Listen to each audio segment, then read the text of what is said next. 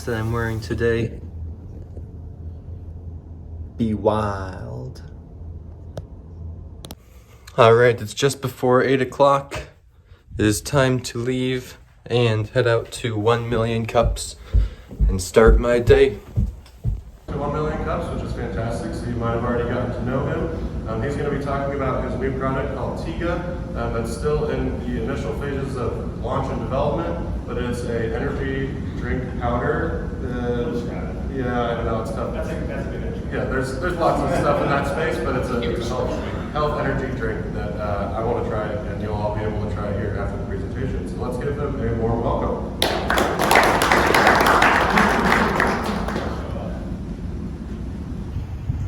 Walking to my Wednesday lunch networking event at Fuddruckers here.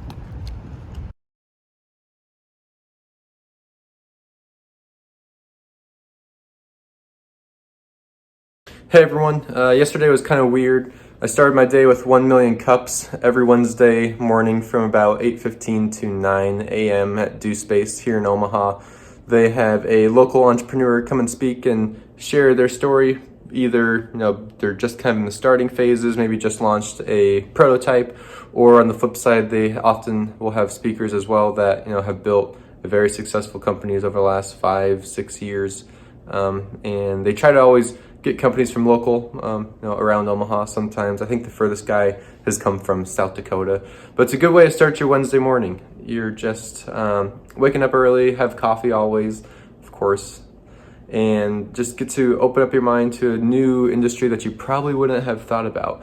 Yesterday, the guy, I think the company's name was Tiga, and they do kind of powder where you dump into your water, but that powder is sourced from baobab trees, if I'm pronouncing that right, in Africa, I believe.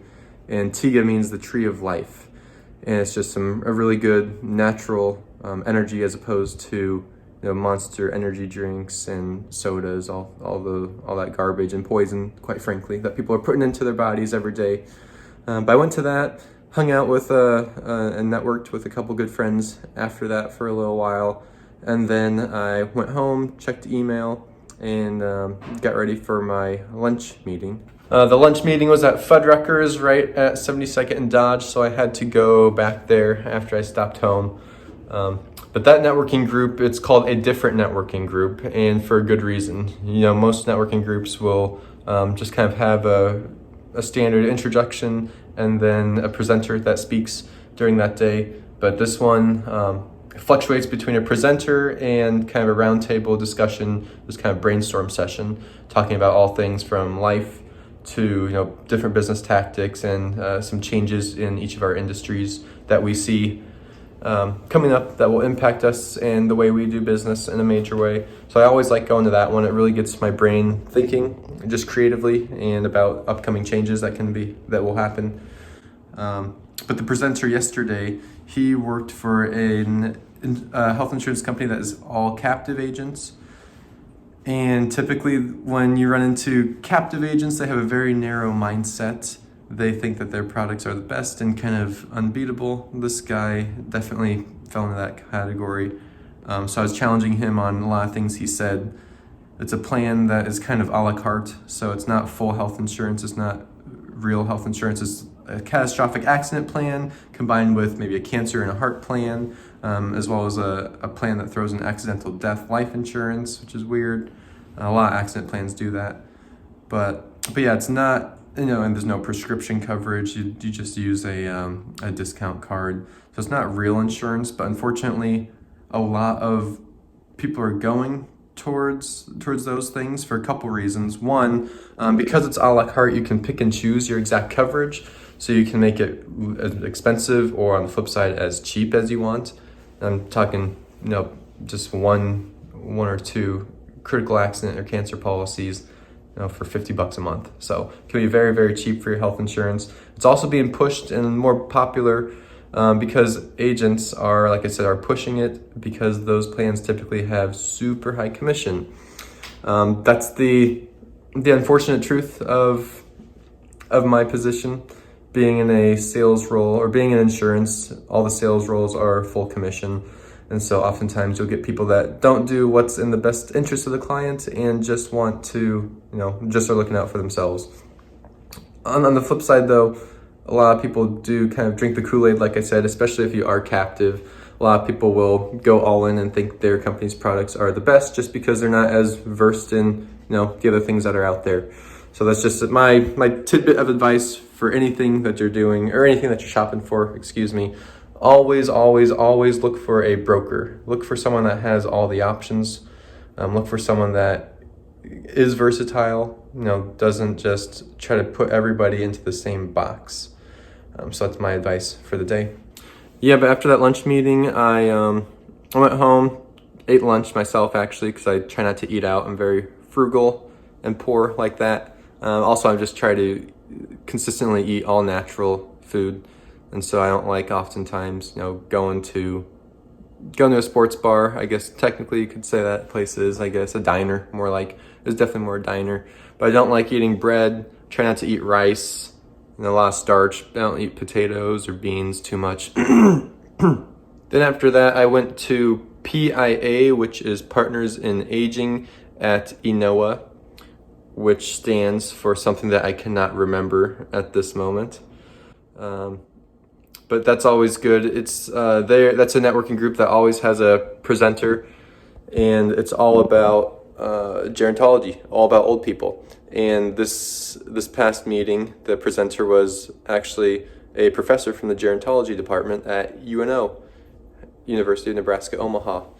And she talked about different ways her students are helping out around the community, as well as what she is looking for. For practicum, she's looking for independent living and assisted living facilities, or even maybe lawyers that deal with estate planning and avoiding probate and all those things, to have her students come and kind of shadow and do just a practicum, if you don't know what that is, just kind of work and volunteer for X number of hours per week, and then at the end of that semester, the students will write a big report on it.